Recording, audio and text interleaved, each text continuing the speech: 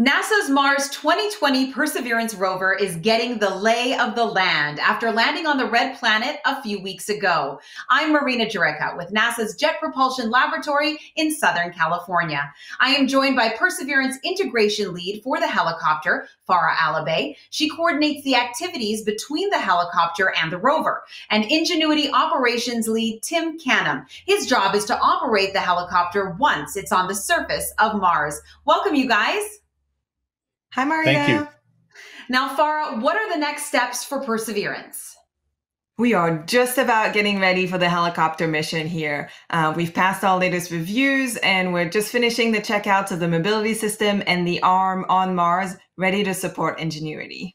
And Tim, you must be getting so excited for Ingenuity to stand on its own on the surface of Mars. What steps need to happen before that for you and your team? Yes, we are definitely very excited. Right now, the helicopter is still attached to the rover, so we're keeping it warm and fed. We're charging the batteries, and we're also working with Farah's team to identify a final site for the helicopter. Now, for both of you, there seems to be a lot of steps and preparations that go into the helicopter phase. Can you tell me a little bit about that? Yeah, for sure. Once we start the helicopter mission, the first thing that we have to do is drop the debris shield. That was the shield that protected us during entry, descent, and landing. Then we're going to travel several days to the helicopter drop-off location.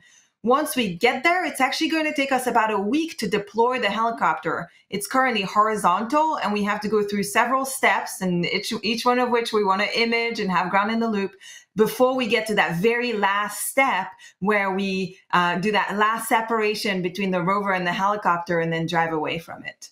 Yes, and our team is working very closely with Farah to make sure our plans are in place and all our commands are ready. And we've additionally been working with the rover team to identify the perfect site for the helicopter that should be flat with not too many big rocks on it, but also good texture so our navigation cameras can find their way across the surface. A lot of things to look forward to. So to get the latest updates, follow @NASA Persevere on Twitter and Facebook. Take a deeper dive on the mission's website, mars.nasa.gov/perseverance, where you can also find all the raw images being sent back by the rover. And for the helicopter, visit mars.nasa.gov/technology/helicopter. Thanks so much for watching, and go Perseverance and go Ingenuity.